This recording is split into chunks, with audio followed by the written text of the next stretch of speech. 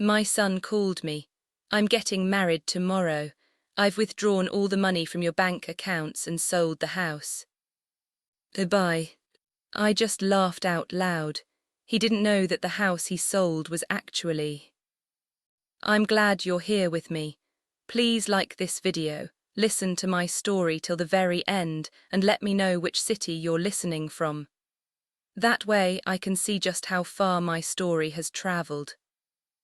I had spent 37 years carefully building my life, brick by brick. My name is Margaret Thornton, and at 62 I thought I had seen everything life could possibly throw at me. I lived in a modest 2-bedroom house in suburban Ohio, worked part-time at the local library, and enjoyed my quiet routine. My son Derek was 34 and had always been ambitious, perhaps a little too ambitious. The first strange thing happened 3 months before everything fell apart. Derek called me asking about my bank account numbers. "Mom, I need to help you set up automatic bill payments," he said, his voice as smooth as honey. "You're getting older and I don't want you to miss anything important." I hesitated, but he was my son, my only child. His father had died when Derek was just 12 and I had raised him alone, working 2 jobs, sacrificing everything. Surely I could trust him with this. The second sign came 6 weeks later. Derek visited with his fiancée, Brittany. She was 26, beautiful in that sharp, calculated way that made me uneasy. They sat in my living room and Brittany's eyes roamed over everything, the furniture, the paintings, the vintage clock on the mantel. "This house must be worth quite a bit now, Margaret," she said, not even calling me Mom or Mrs. Thornton. "Real estate in this area has really appreciated." "It's my home," I replied simply. "I'm not interested in selling." Derek laughed, squeezing her hand. "Of course not, Mom. Brittany's just making conversation." But something in his eyes made my stomach turn. Then came the banking statements. I checked my accounts online every Sunday morning with my coffee. That particular Sunday in late October, my heart stopped. My savings account, the one with the $127,000 I had accumulated through decades of careful saving, through my husband's life insurance, through years of denying myself vacations and new clothes, showed a balance of just $1,200. My checking account was empty except for $53. My hands shook as I called the bank. The representative, a kind young woman named Ashley, pulled up my transaction history. "Mrs. Thornton, it looks like these withdrawals were authorized through your online banking portal. The transfers were made to an account belonging to Derek Thornton. Is that your son?" I couldn't speak. I simply hung up. I sat in my kitchen for 3 hours, staring at the wall. How could he? Why would he? I had given him everything. I had sacrificed my youth, my opportunities, my relationships, and this was how he repaid me. My phone rang the next morning. Derek, I almost didn't answer, but something made me pick up. "Hey, Mom." His voice was cheerful, excited even. "Great news. Tomorrow I'm getting married. Brittany and I decided not to wait. We're having a beautiful ceremony at the Riverside Country Club." My throat felt tight. "Derek, my bank accounts." "Oh, that," he laughed, actually laughed. "Yeah, Mom, I withdrew the money. I needed it for the wedding and for our new start. Don't worry, you'll be fine with your social security. And here's the other thing, I sold the house. I had power of attorney from those documents you signed last year. Remember, the closing was yesterday. You have 30 days to move out." The world tilted. "You sold my house." "I got a great price. $340,000. That money is going toward our down payment on a condo in the city. Look, I have to go. Caterer's calling. We'll talk after the honeymoon. Bye, Mom." The line went dead. I sat there, phone in my hand, feeling the weight of betrayal crushing my chest. Then slowly something else rose inside me. Not anger, not yet. Something colder, something that made my lips curve into a smile. I started laughing softly at first, then louder, until tears rolled down my cheeks. Derek had no idea what he had just done. That house he sold, the one he thought was my simple suburban home worth $340,000, he had just made the biggest mistake of his life. Because the house Derek sold wasn't the house I actually lived in. It was the rental property I had purchased 15 years ago, the one I had deliberately registered in my name for tax purposes, the one currently occupied by tenants with a lease agreement lasting another 18 months. My real home, the one I actually lived in, mortgage-free, worth nearly $600,000, was in a trust under my late husband's mother's estate name. Derek didn't even know it existed. "Oh, my foolish, greedy son, what have you done?" The laughter faded, leaving behind something harder, something that settled in my bones like ice. I sat at my kitchen table, my real kitchen table, and forced myself to think clearly. What had I actually lost? The rental property Derek sold would create a legal nightmare for him. The buyers would discover tenants with a valid lease. The Hendersons had lived there for 3 years and had 16 months remaining on their current contract. Derek would face lawsuits from the buyers for fraud, possibly criminal charges for selling a property he didn't have the right to sell. The power of attorney he referenced, I had never signed such a document. Never. My stolen savings hurt more. $127,000 represented my security, my freedom, my future medical care. That money was meant to ensure I never became a burden to anyone. How bitterly ironic that my own son had stolen it to avoid me being a burden to him.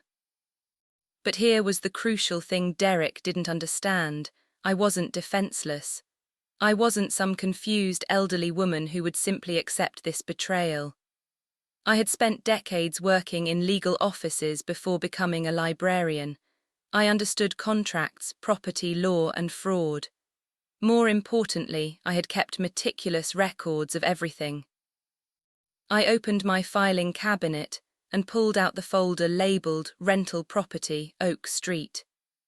Inside were copies of the lease agreement with the Hendersons, proof of their security deposit, and my own deed to the property.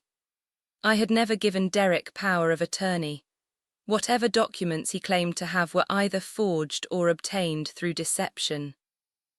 Next, I checked my real estate holdings file.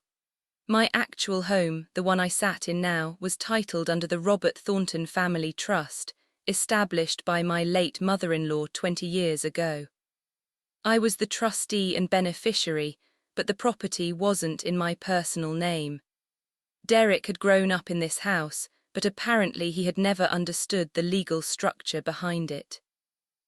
When I had purchased the rental property years later, I had deliberately kept it simple in my own name for tax purposes. Derek must have assumed that modest rental was my only asset. I made myself coffee and began listing what I needed to do. First, report the theft to the police. Second, contact my bank's fraud department. Third, hire a lawyer. Fourth, ensure the Hendersons were protected and informed. Fifth, gather evidence of Derek's fraud for the property sale. But as I wrote, my hand slowed. Did I want to send my own son to prison?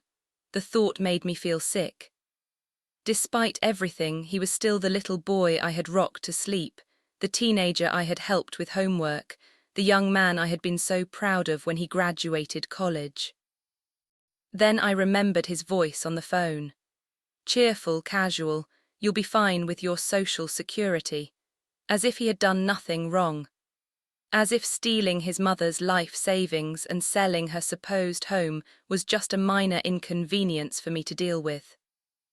What kind of man had I raised? I thought of Brittany with her calculating eyes and her pointed comments about property values.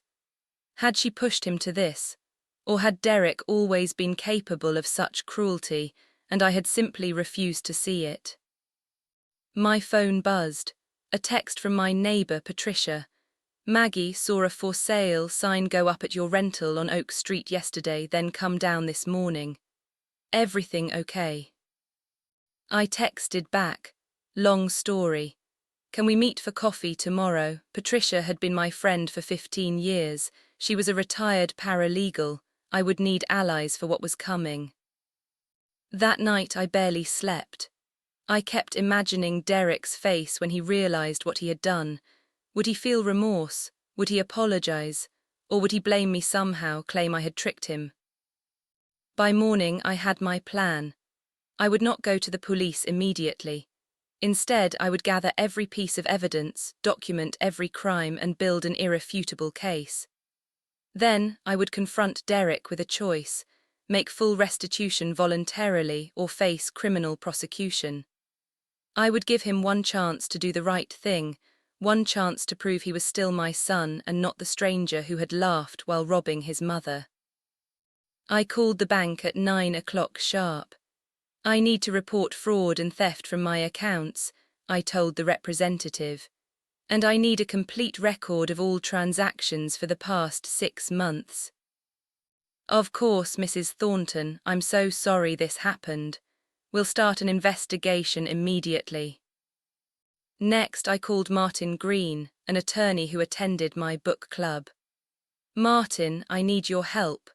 My son has stolen my savings and fraudulently sold a property I own. I need legal representation, and I need it to be confidential until I'm ready to act. There was a pause. Margaret, this is serious. How much are we talking about? $127,000 in cash theft.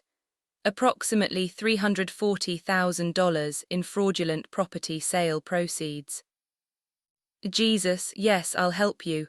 Come to my office this afternoon. I hung up and looked at myself in the hallway mirror. My silver hair was neat, my blue eyes clear and determined. I looked like someone's sweet grandmother. Derek had forgotten that sweet grandmothers could also be warriors when necessary.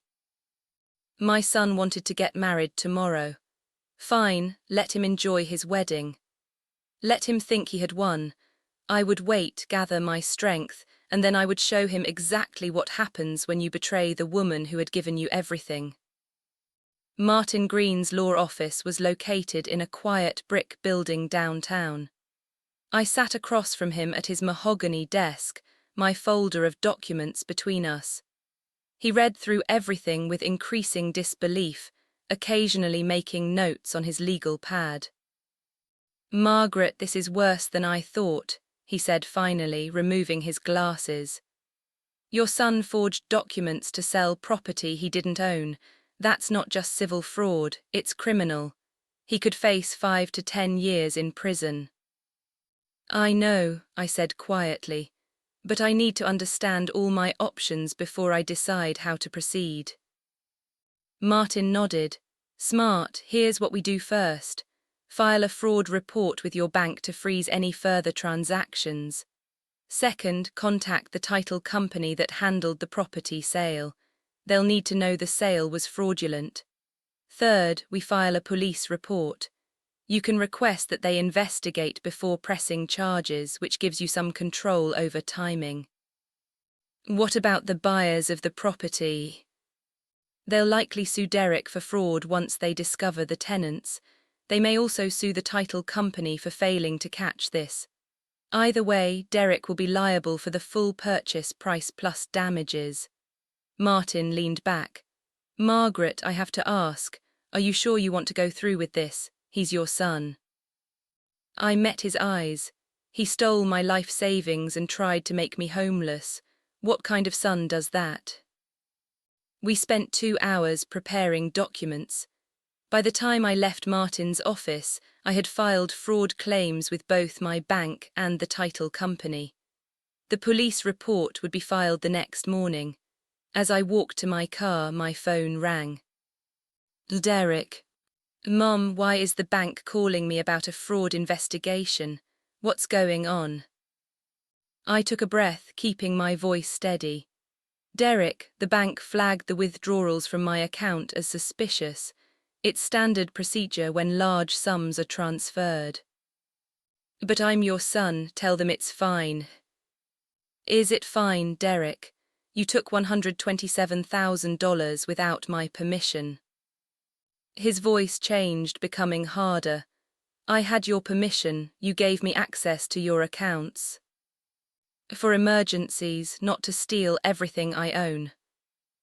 I didn't steal, I borrowed it. Brittany and I will pay you back after we're settled. He sounded defensive now. Court, and the house sale was completely legal. I had power of attorney.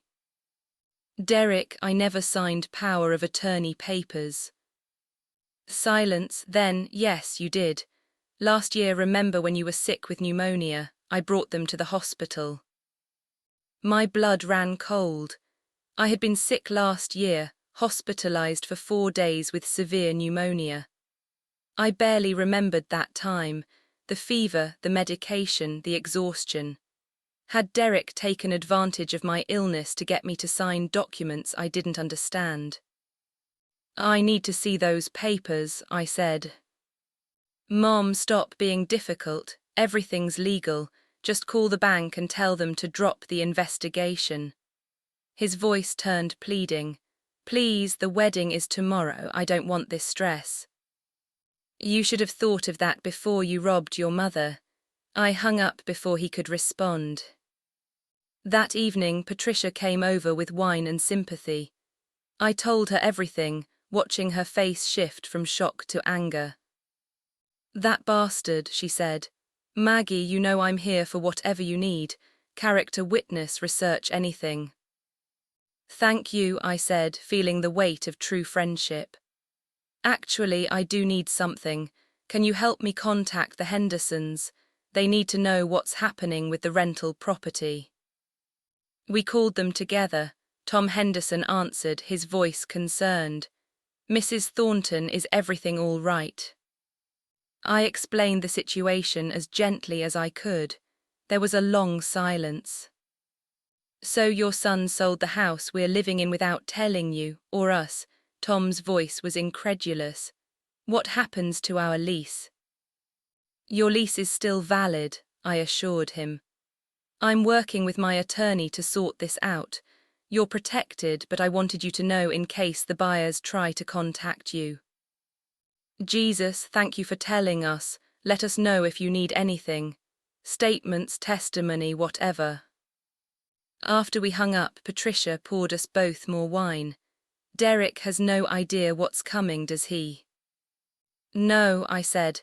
He thinks I'm just a confused old woman he can manipulate. The next morning, I received an email from the title company. My hands shook as I read it. Mrs. Thornton, our investigation has revealed serious irregularities with the sale of 1247 Oak Street.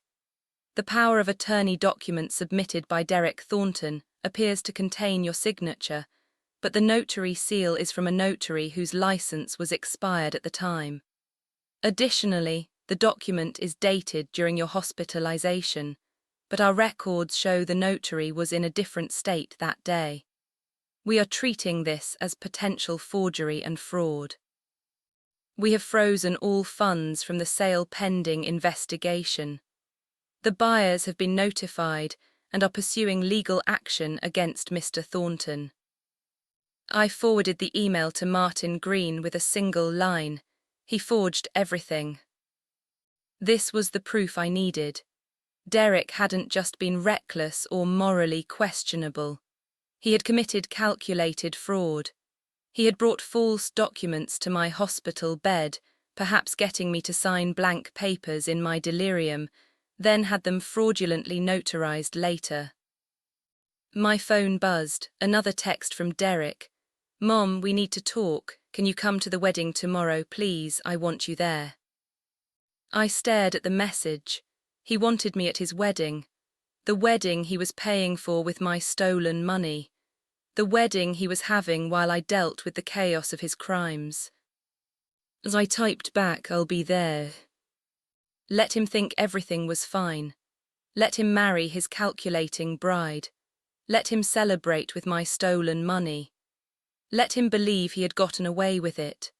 I would smile, take photos, play the proud mother, and then, when he least expected it, I would show him the consequences of betraying the woman who gave him life.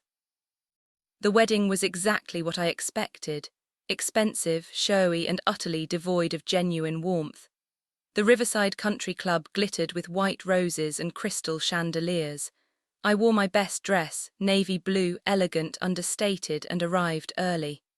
Brittany looked stunning in a designer gown that probably cost $10,000. My $10,000.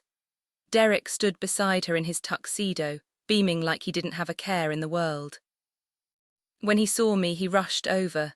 "Mom, you came." He hugged me tightly. "I'm so glad you're here. I know things have been weird, but this is a fresh start for all of us." I pulled back, studying his face. Did he really believe that?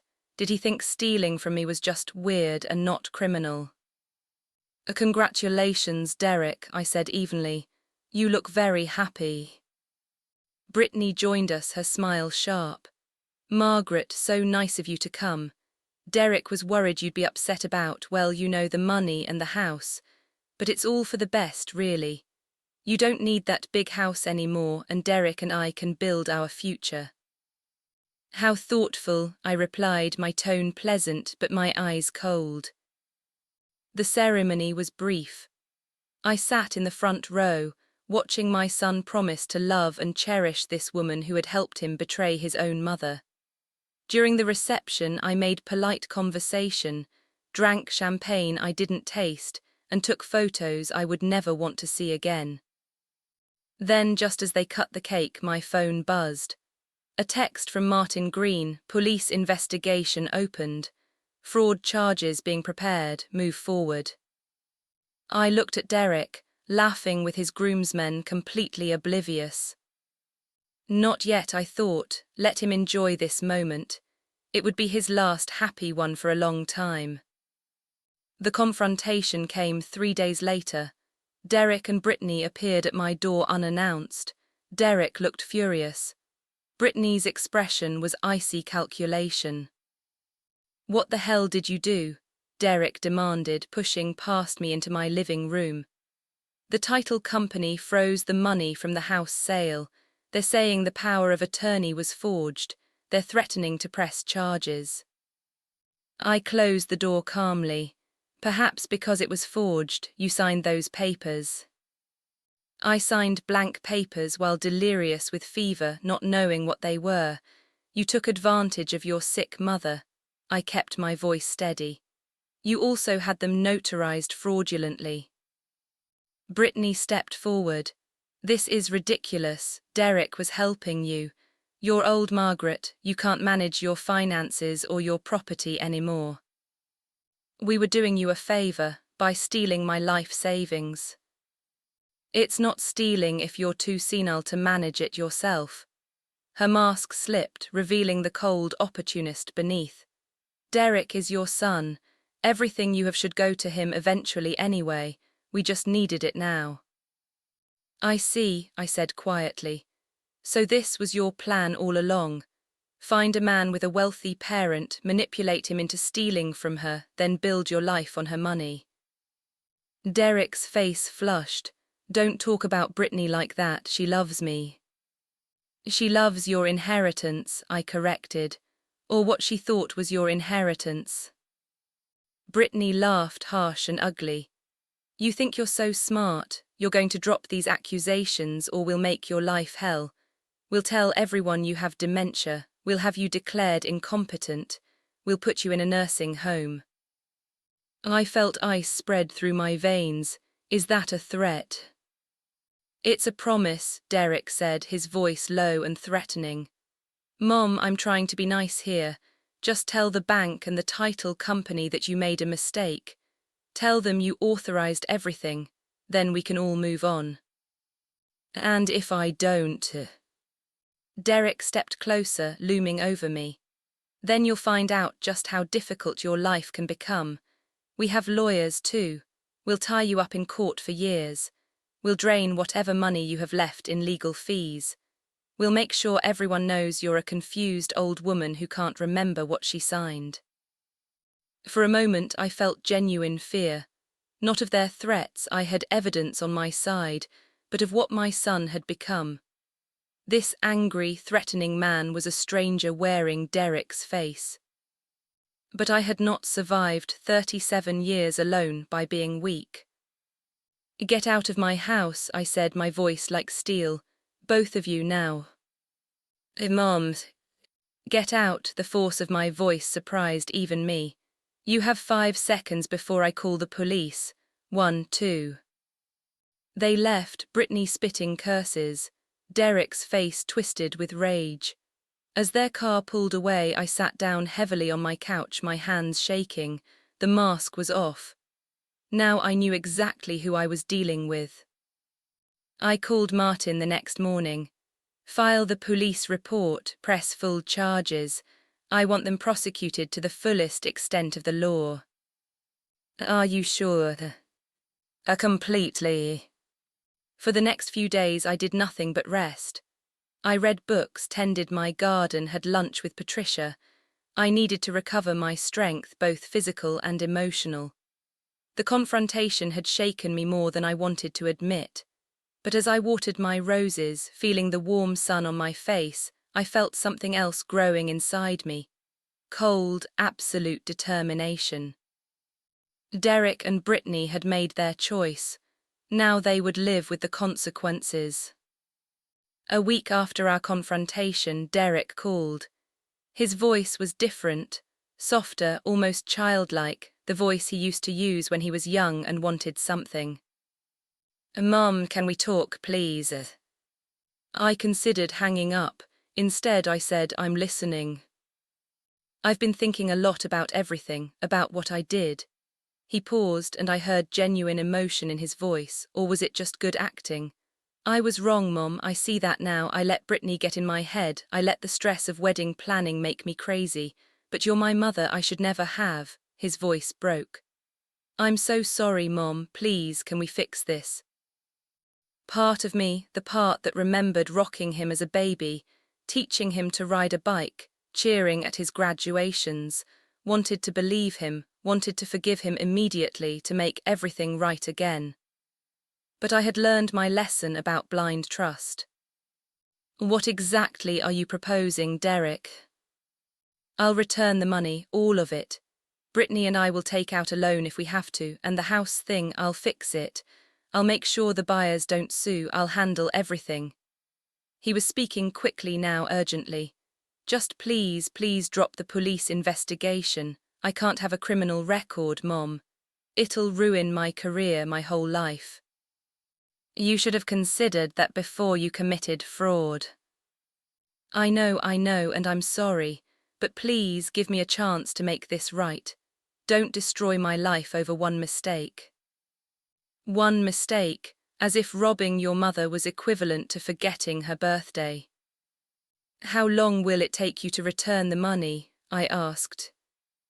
Maybe 6 months, a year at most. We need time to get a loan." To Derek, "You don't have 6 months. The investigation is already underway." His voice changed again, becoming desperate. "Then what do you want? Just tell me what you want." What I wanted was my son back. The real Derek, the one who had existed before Brittany, before greed had poisoned him. But that person might never have existed at all. "I want full restitution within 30 days, I said. "Every dollar you took plus interest. I want a written confession of what you did. I want you to face the consequences of your actions." "That's impossible. We can't get that kind of money in 30 days. "Then you should have thought of that before you stole it." "God, you're heartless." The desperation turned to anger. "I'm your son, your only child. How can you do this to me?" "How could you do what you did to me?" I replied quietly. "Goodbye, Derek." I hung up and turned off my phone. That afternoon, Brittany came alone. I watched from my window as she got out of her car, dressed impeccably in a cream-colored suit. She rang the doorbell 3 times before I answered. "Margaret, we need to talk, woman to woman." Her smile was strained but trying to be warm. "Can I come in?" "No." She blinked, surprised. I'm trying to make peace here. Make it from the porch. Her jaw tightened, but she maintained her composure. Look, I know you think I'm some gold digger who manipulated your son, but I love Derek, I really do, and I'm trying to save him from this disaster. By convincing me to drop the charges, by making you see reason. Her mask slipped slightly. Do you understand what criminal charges will do to him, to his career, to our future? Yes, I said, that's exactly why they need to be filed. Brittany stared at me, then laughed, a cold, bitter sound. You know what? Derek was right about you. You're a selfish old woman who can't stand to see her son happy. You're so bitter and alone that you want to drag him down with you. Are you finished? You'll regret this, she hissed. When Derek is in prison, when your relationship is destroyed forever, you'll realize you chose money over your own son. You'll die alone, and it'll be your own fault. Goodbye, Brittany. I closed the door on her enraged face. That evening, Patricia came over with her husband, Michael, and 2 other couples from our book club, the Johnsons and the Reeves. They brought food, wine, and something more valuable, solidarity. We heard what's happening, Patricia said, giving me a long hug. We wanted you to know you're not alone. We sat in my living room and I told them everything. Not just the facts, but the pain, the betrayal, the guilt of prosecuting my own son. They listened without judgment. You're doing the right thing, Michael said firmly. What Derek did was criminal. If you let him get away with it, you're telling him he can betray anyone without consequences. Carol Johnson nodded. My brother stole from our mother, she forgave him, didn't press charges. He did it again 5 years later. Some people only learn through consequences. Their support wrapped around me like a warm blanket. I wasn't crazy. I wasn't heartless. I was a woman protecting herself from someone who had proven he couldn't be trusted, even if that someone was my son. As they left that night, Patricia squeezed my hand. Stay strong, Maggie. You're doing the hard thing, but it's the right thing. I went to bed that night feeling something I hadn't felt in weeks. Peace.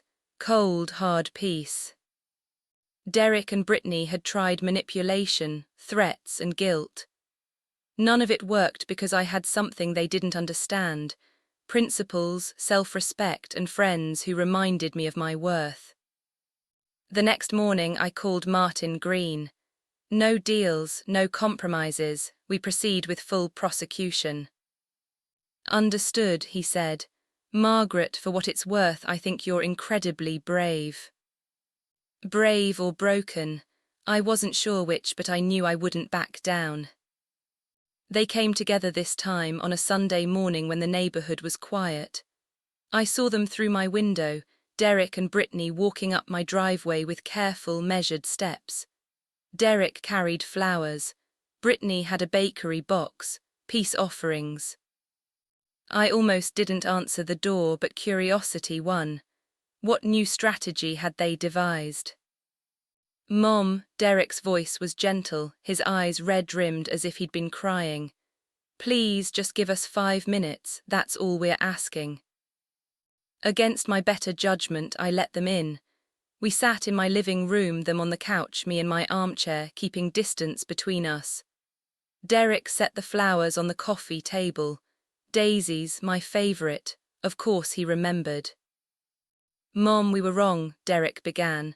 About everything, the way we talked to you, the things we said, it was unforgivable. He leaned forward, his expression earnest.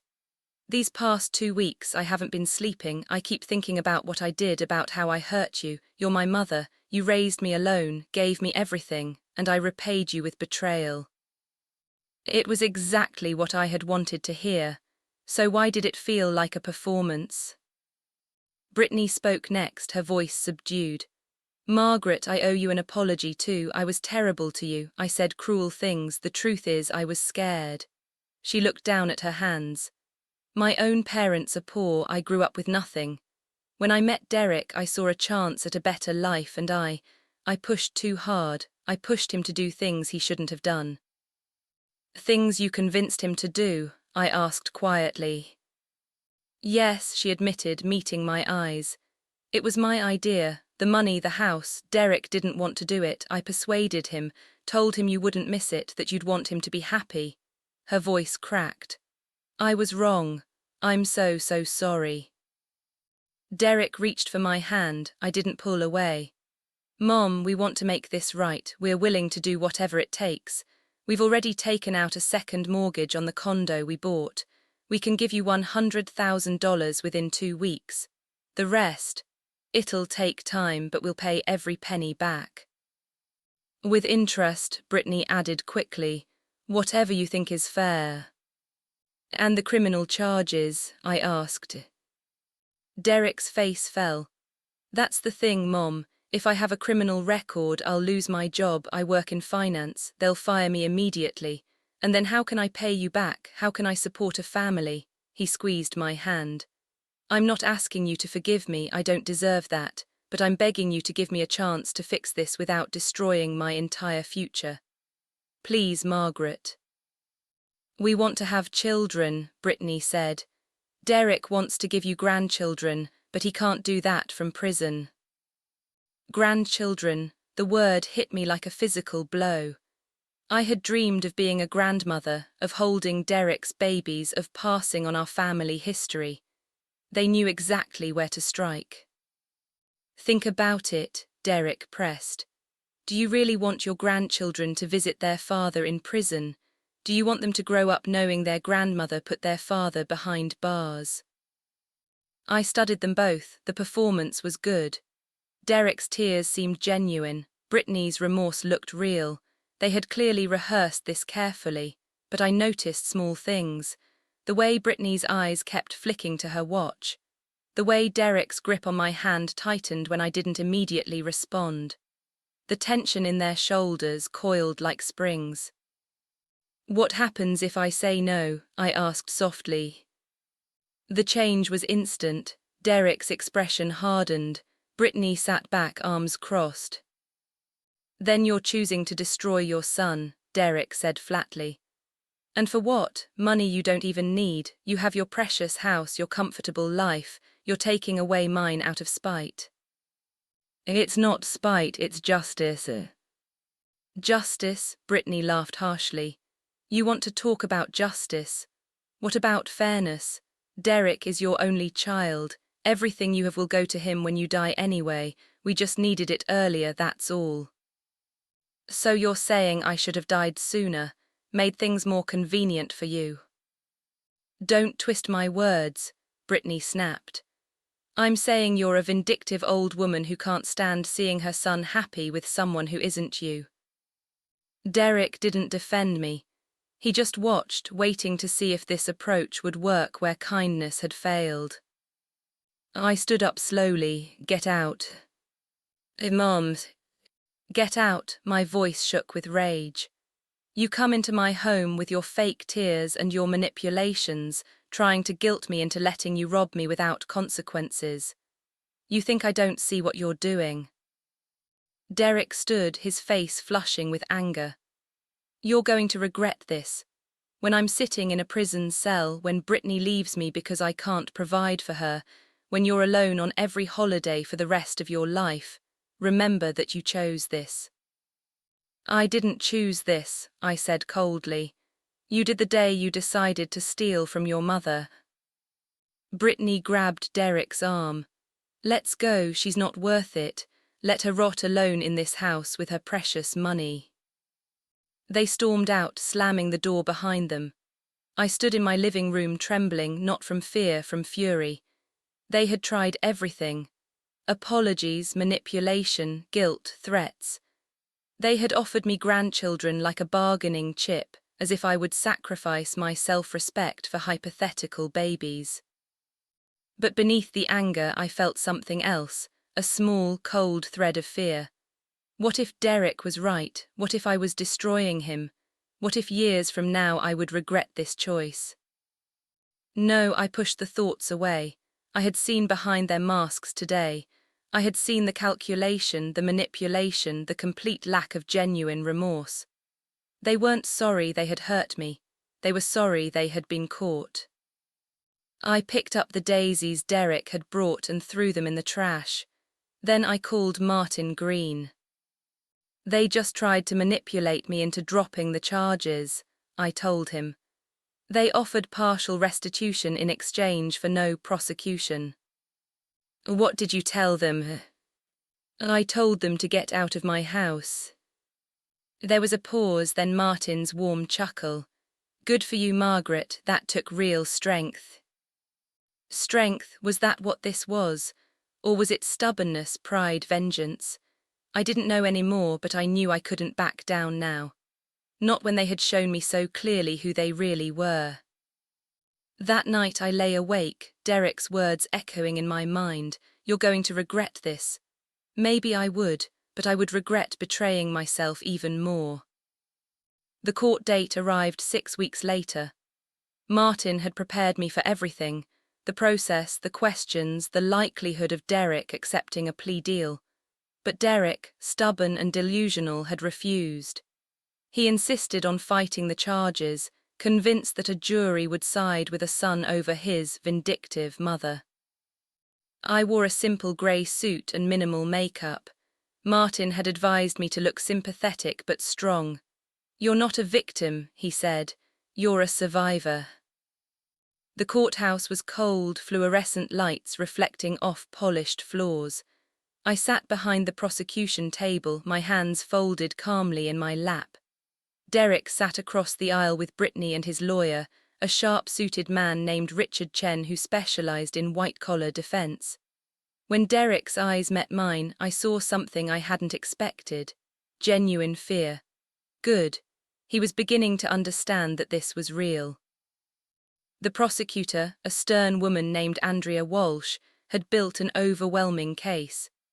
Bank records showing the unauthorized transfers, testimony from the title company about the forged power of attorney, expert analysis of the fraudulent notarization, the Hendersons' testimony about the illegal property sale. Derek's defense strategy became clear: paint me as confused and vindictive. Claim he had acted with my permission and suggest that I was now simply having regrets about helping my son. Chen stood for his opening statement. Ladies and gentlemen, this is a case about family misunderstanding and buyer's remorse. Margaret Thornton gave her son, Derek, access to her accounts and authorized him to handle her property affairs. Why? Because she's 62 years old, living alone, and needed help managing her finances. Derek didn't steal from his mother, he acted with her blessing.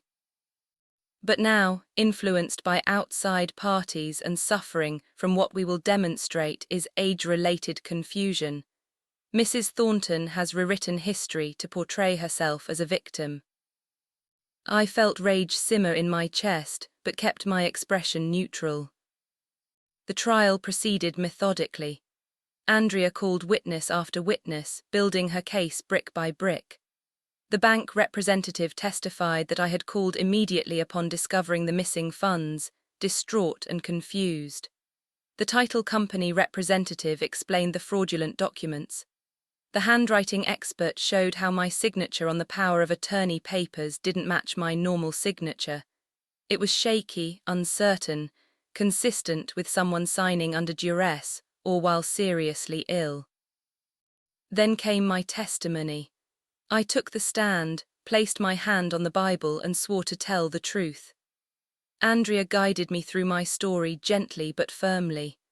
I explained my relationship with Derek, my pride in raising him alone, my devastation at discovering his betrayal. Mrs. Thornton, Andrea asked, did you give Derek permission to withdraw $127,000 from your savings account? No, I said clearly, never. Did you give him permission to sell your rental property? No, that property generates income that supplements my retirement. I would never authorize its sale. Did you sign power of attorney papers giving Derek control over your finances? Not knowingly, I was hospitalized with severe pneumonia. My fever reached 104 degrees. Derek brought papers to my hospital bed, told me they were insurance forms. I was barely conscious. I don't remember signing anything. Chen cross-examined me aggressively, trying to paint me as vengeful and confused, but I had prepared for this.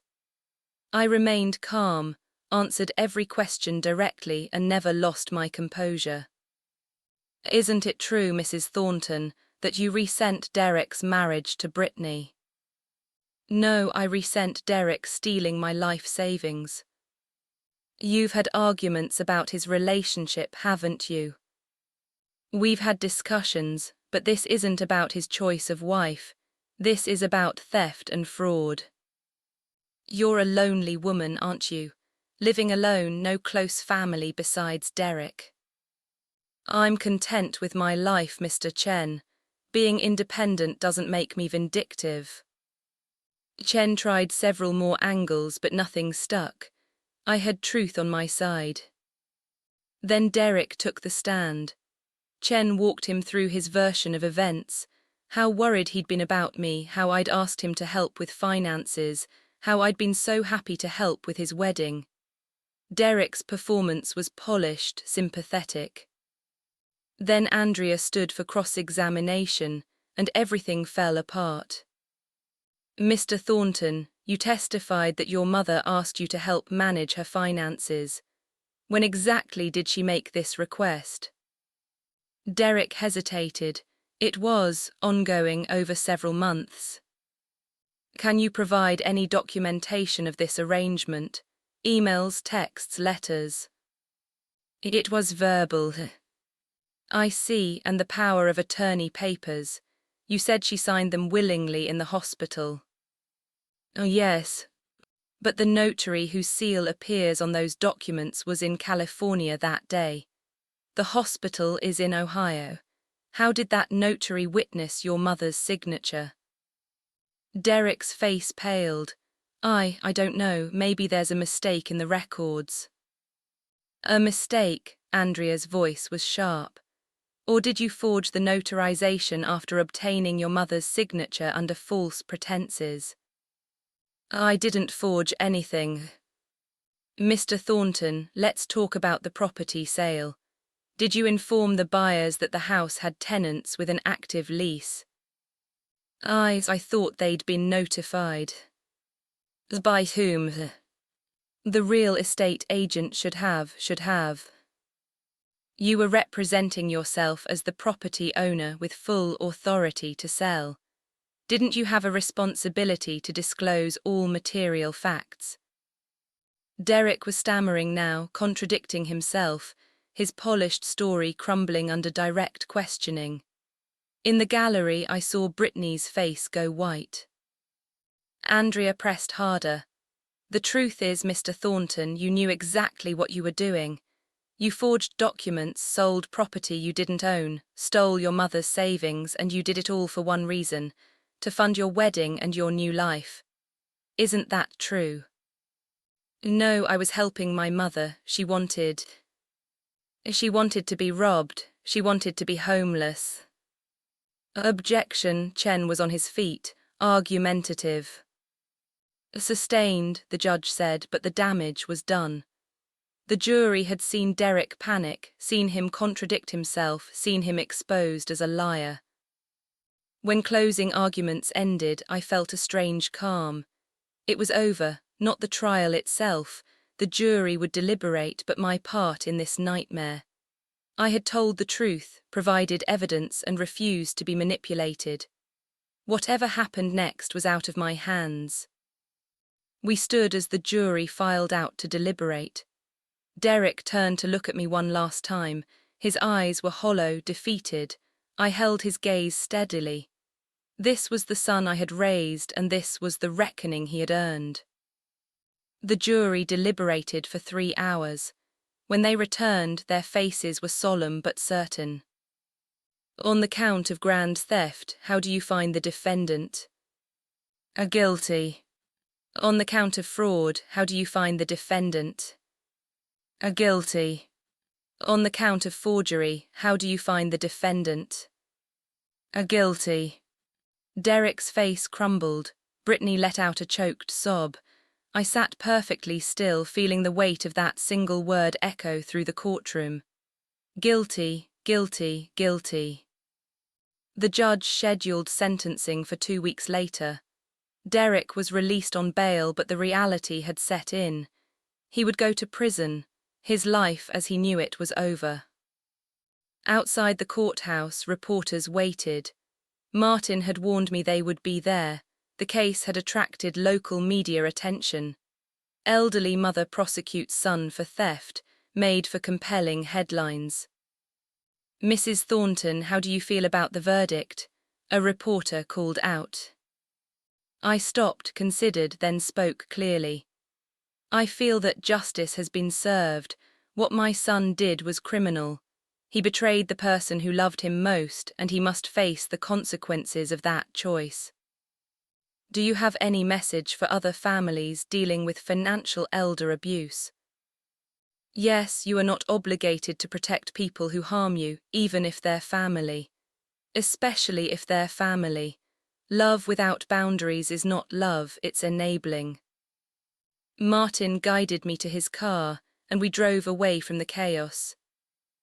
The sentencing hearing was brutal to witness.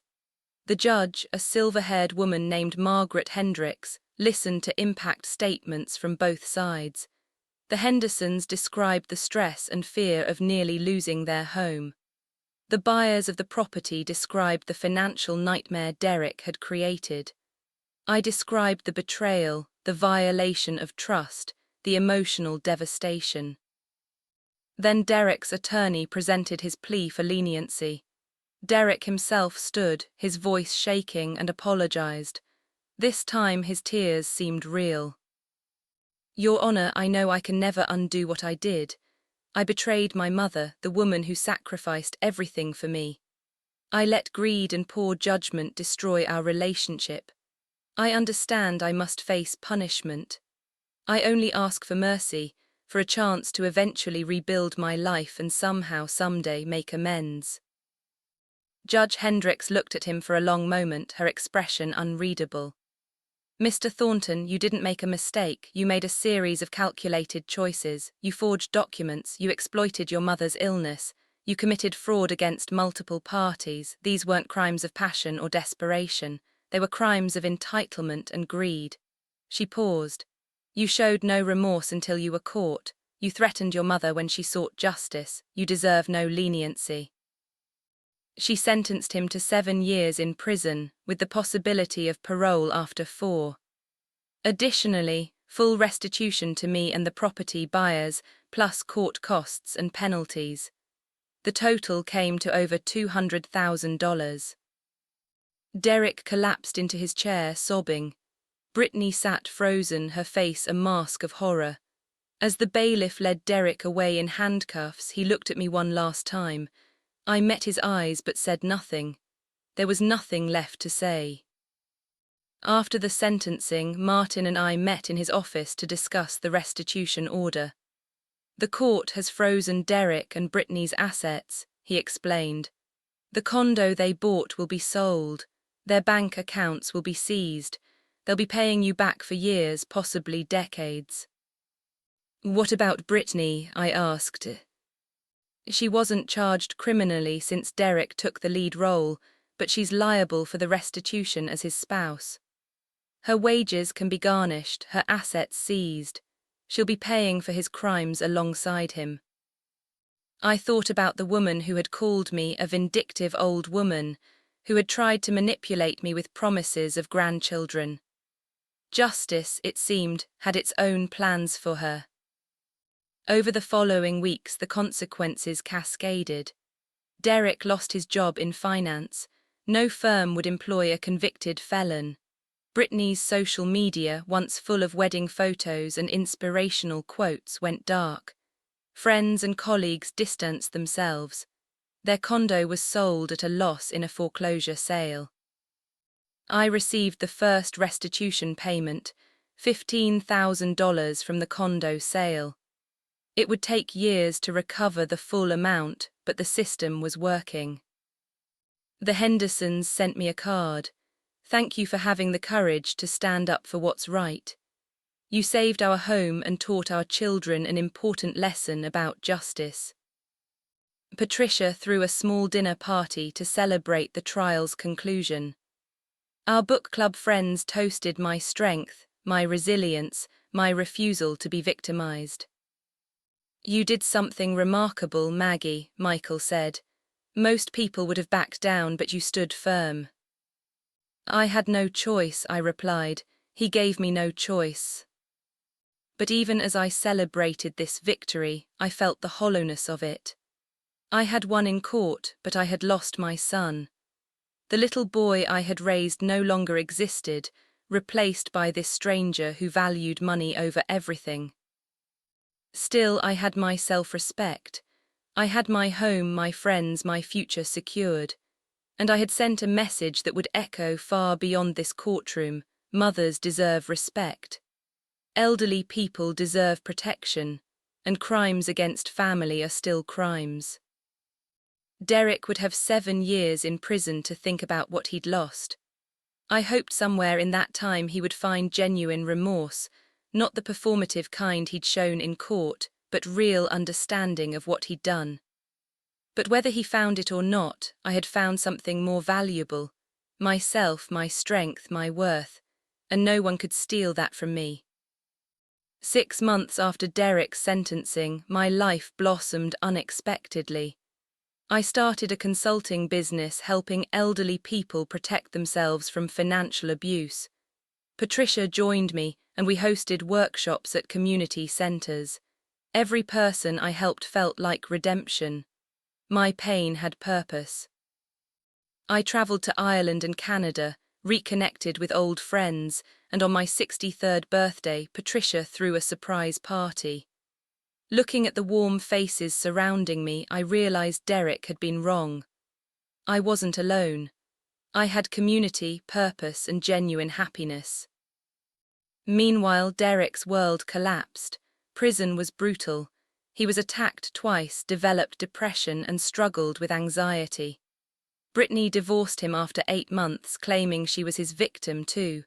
She moved back with her parents, working 2 retail jobs to pay restitution. Her social media disappeared. No one wanted to date the woman who robbed an elderly mother. Derek's finance career was destroyed. His employer sued him. His certifications were revoked. Friends abandoned him. His parole was denied, no job prospects, no support letters, no evidence of rehabilitation. He would serve the full 7 years. I had chosen myself, and paradoxically, that choice led to the richest period of my life. Looking back now, I understand what happened. I had loved Derek so completely that I forgot to teach him to love me back. I had given without boundaries, sacrificed without limits, and in doing so, I had raised someone who believed he was entitled to take. The greatest lesson I learned: love without respect is worthless. Family without integrity is meaningless, and sometimes the most painful choice is also the right one. My son is in prison because he committed crimes. Not because I'm vindictive, but because he chose greed over love. I didn't destroy his life. He did that himself. What would you do if your child betrayed you this way? Would you have the strength to choose justice over guilt? Thank you for listening to my story. I hope it helps someone out there recognize the warning signs, set healthy boundaries, and remember that protecting yourself isn't selfish. It's survival.